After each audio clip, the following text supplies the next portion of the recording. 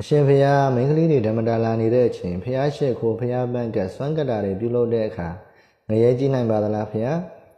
ဒီမေကုန်းဟာမိန်းကလေးတွေတိုင်းအတွက်မိန်းကလေးတွေတည်ကျင်ဆုံးသောမေကုန်းရဲ့လို့ဦးဇင်းကယူဆပါတယ်အဲ့ဒီတော့ဒီမေကုန်းကိုဦးဇင်းဘယ်လိုဖြေကြမလဲဆိုတော့အစားအစာတစ်ခုကိုစားတော့မယ်ဆိုရင်အဲ့ဒီအစားအစာကိုမိမိလက်နဲ့ကင်တွယ်တဲ့အခါ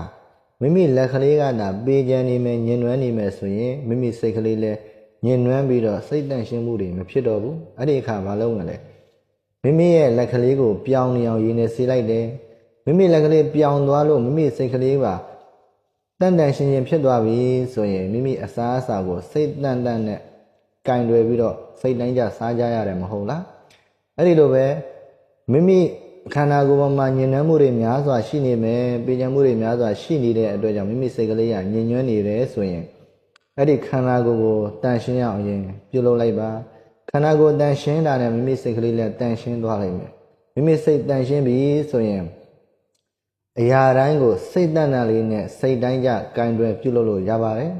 ဖခင်ကစိတ်တန်ရတဲ့လောကောတဲ့စိတ်ကသာလျင်လောကကြီးကိုဥစုဥဆောင်လုပ်နိုင်တယ်အဲ့တော့မိမိစိတ်ကလေးကတိုင်အဓိကကြတယ်အဲ့ဒီစိတ်ကလေးတန်တန်ရှင်းရှင်းလေးနဲ့အရာအလုံးကိုပြုလုပ်ရင်အပြစ်မဖြစ်ပါဘူးเนาะမိမိကဗုဒ္ဓဝေယဝိသဓမ္မဝေယဝိသသံဃဝေယဝိသဥပမာမနဲ့ဉာဏ်တန်ဃာတွေအတွက်စွမ်းထားချက်တာမျိုးတွေစွမ်းကပ်ဖို့အတွက်စွမ်းထားချက်တာမျိုးတွေဆိုရင်မနဲ့အစောကြီးထားရတယ်ပြီးတဲ့အခါလက်ကိုပြောင်းဆေးတယ်ညှနာတစ်တယ်သွားတိုက်တယ်အဲ့ဒီအခါကြတော့မှမိမိစိတ်ကလေးကတန်တန်ရှင်းရှင်းကြည်ကြည်လင်လင်နဲ့ဒီဗုဒ္ဓဝေယဝိသသံဃဝေယဝိသတွေလုပ်တဲ့အခါတရားတရားတွေတိုးပွားစေမှာပေါ့တရားတရားတွေဖြစ်တဲ့အခါမှာလည်းကြည်ကြည်လင်လင်နဲ့ဖြစ်စေမှာပေါ့နော်အဲ့ဒီခါကျတော့မိမိစိတ်ကလေးတန့်ရှင်းဖို့ဆိုရင်မိမိခန္ဓာကိုယ်ဘဝညင်နွမ်းမှုတွေကိုအရင်ဆုံးကင်းရှင်းအောင်တန့်ရှင်းအောင်အရင်လုပ်ပြီးတော့မှစိတ်တန့်တန့်လေးနဲ့အရာအလုံးကိုကင်တွယ်ပြီးတော့ပြုလုပ်ကြပါလို့ဦးဇင်းကပြောရင်အလုံးကျမ်းမာချမ်းသာလမ်းဖြာဝမ်းသာကြပါစေ